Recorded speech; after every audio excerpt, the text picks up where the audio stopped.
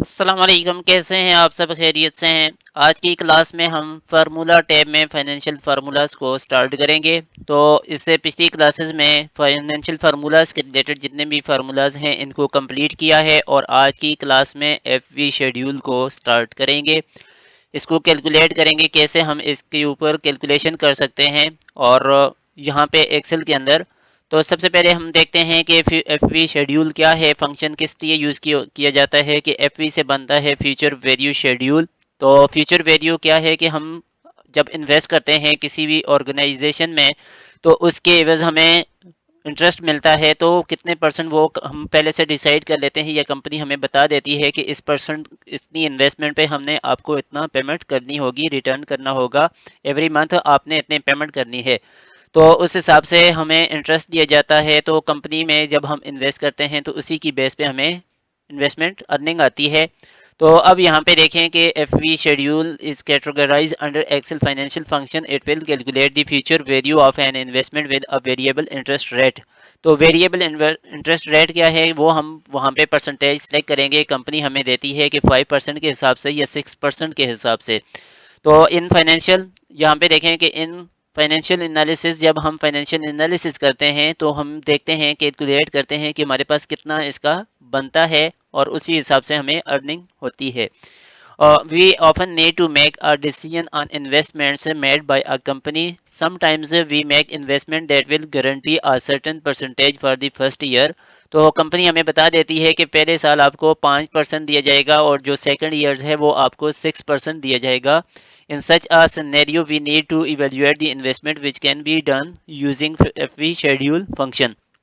तो ये कंपनी हमें बता देती है कि हमने आपको 5 या 6% देना है, पहले साल आपको 5% देना है और जो सेकंड ईयर है उसमें 6% आपको इंटरेस्ट मिलेगा। तो फार्मूला हम देखते हैं कि एफ जब फार्मूला यूज़ करेंगे तो इसमें हमारे पास क्या है कि प्रिंसिपल और शेड्यूल।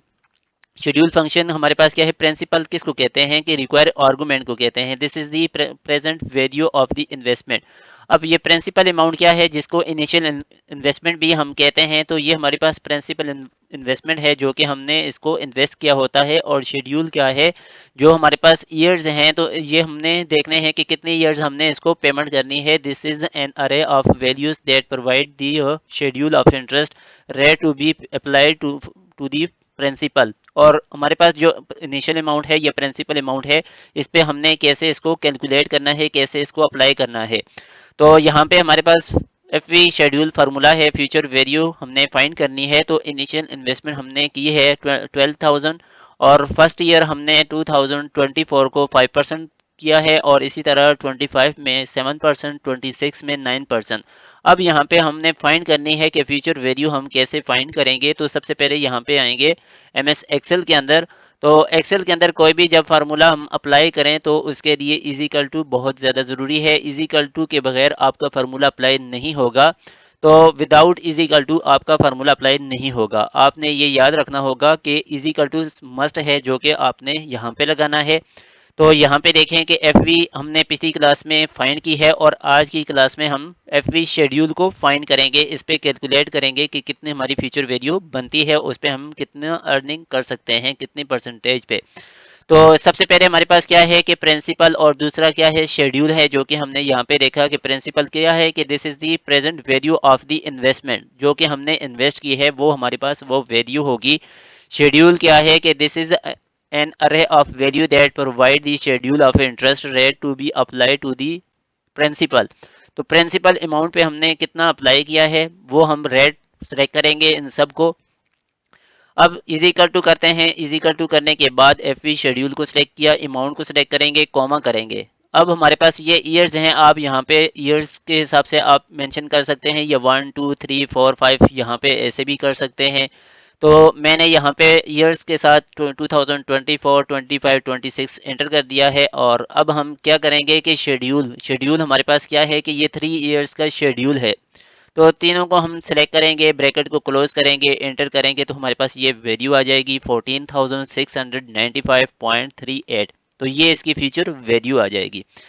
अब इसमें सेकंड फार्मूला है, तो इसको देखते हैं कि यहाँ पे देखें कि इन इंट रेड है। तो इंट रेड क्या है? इंट रेड के अंदर जब हम अपना फार्मूला अप्लाई करते हैं तो इसका ये सिंटेक्स है, तो ये हमसे पूछता है कि सेटलमेंट डेट कौन सी है, किस डेट को आपने पे किया है, और उसी तरह मेच्योरिटी डेट आपने सेलेक्ट करनी है कि किस दिन ये एक्सपायर हो रहा है, तो इस पे इन्वेस्टमेंट सेलेक्ट करनी है, और रिडेम्पशन क्या है, और इसी तरह बेसिस क्या है।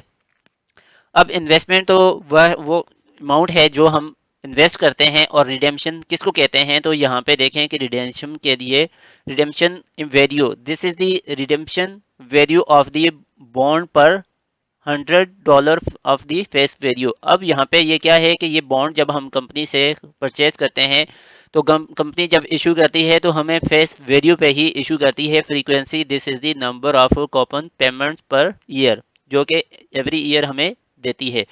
Generally payments are made annually, जो कि एनुअली होते हैं या सेमी एनुअली या क्वार्टरली बेस पे होते हैं। This is the annual day count basis to use for calculation. अब इसमें बेसिस क्या है? तो बेसिस के अंदर जब हम इसके अंदर आते हैं तो बेस ये हमसे पूछता है कि आपने जब मंथ एंड डेज आपने एंटर करने हैं, तो मंथ आपने 30 डेज का काउंट करना है या 31 डेज का, तो उसी हिसाब से फिर हम इसको कैलकुलेट करते हैं ईयर बेस पे। तो यहाँ पे देखें कि इसके जैसे कि 0 पे है यूएस है, 1 पे एक्चुअल एक्चुअल आ रहा है, और इसी तरह सेकंड पे हमारे पास एक्चुअल 360 है, और 3 पे एक्चुअल 365 डेज हैं, 4 पे यूरोपियन 330 और 360 डेज। तो अब यहाँ पे जैसे कि three number second third number पे है, तो एक्चुअल 365 ये इंडियन कंट्री के अंदर यूज किए जाते हैं, और फाइनेंशियल ईयर वो काउंट करते हैं 365 ईयर्स के हिसाब से और 365 के हिसाब से। और अगर आप किसी और कंट्री से हैं तो आप 360 के हिसाब से उसको एनुअल ईयर को काउंट करेंगे। अब यहाँ पे आते हैं तो हमारे पास इन्वेस्टमेंट क्या है? आपके पास जितनी इन्वेस्टमेंट की होगी वो आपने यहाँ पे मेंशन करनी है। यहाँ पे 2 ले कर देते हैं। और रिडेम्पशन वैल्यू क्या है, तो जो कि आपने रिडीम की है, तो यहाँ पे 7500 करेंगे। और आपने इंटरेस्ट रेट क्या रखना है वो आप यहाँ पे करेंगे 12% आपने करना है, या 10 करना है, 5 करना है, 2 करना है, वो आप यहाँ पे करेंगे। अब इसी को हम यहाँ से कॉपी कर लेते हैं, कॉपी करके यहाँ पे पेस्ट करेंगे। पेस्ट करने के बाद अब यहाँ पे हमने फार्मूला को अप्लाई करना है। तो यहाँ पे क्या है कि int I N T rate formula है, आई एन टी। तो जैसे ही करेंगे यहाँ पे थर्ड नंबर पे है, इस पे डबल क्लिक करेंगे तो इसका सेटलमेंट आप देखें कि सिंटैक्स क्या है कि इंट रेट के अंदर सेटलमेंट हमारे पास डेट है, क्योंकि इस डेट को हमने इशू किया। और उसके बाद हम करेंगे यहाँ पे कॉमा, कॉमा करने के बाद मेच्योरिटी डेट क्या है, और रिडेम्पशन इन्वेस्टमेंट हमने कितनी की है, और हमारे पास रिडेम्पशन क्या है। इसके बाद हमारे पास बेसिस है, बेसिस जो कि मैंने आपको बताया कि आपने ईयर्स के हिसाब से करना होगा। और अगर आप इंडियन कंट्री में हैं तो आपने 365 डेज को सिलेक्ट करना है। अगर आप पाकिस्तान या किसी और कंट्री में हैं तो आपने 360 डेज के हिसाब से इसको कैलकुलेट करना है, जो कि फाइनेंशियल ईयर आपने सिलेक्ट करना होगा। अब यहाँ पे क्या करते हैं कि यहाँ पे कॉमा कर देते हैं। कॉमा करने के बाद यहाँ पे करेंगे एक्चुअल के हिसाब से, जो कि 360 डेज के हिसाब से करते हैं। ब्रैकेट को क्लोज करेंगे, एंटर करेंगे, तो ये इसका इंटरेस्ट रेट आ जाएगा। इंट रेट से क्या बनता है? इंटरेस्ट रेट बनता है। तो ये हमारा इंटरेस्ट रेट हमारे पास आ जाएगा। तो इस तरह आप इसको कैलकुलेट कर सकते हैं। अब हमने क्या किया कि दो फार्मूला को इसी क्लास में कवर कर दिया है, और उसके बाद हम नेक्स्ट क्लास में आई पी एम टी और आई आर आर, इसी तरह नेक्स्ट जो जितने भी फार्मूलाज हैं इनको कंप्लीट करेंगे, इस पे वर्किंग करेंगे, प्रैक्टिस करेंगे। तो उम्मीद है आप समझ गए हों। तो आज के लिए इतना ही काफ़ी है, मिलते हैं नेक्स्ट क्लास में।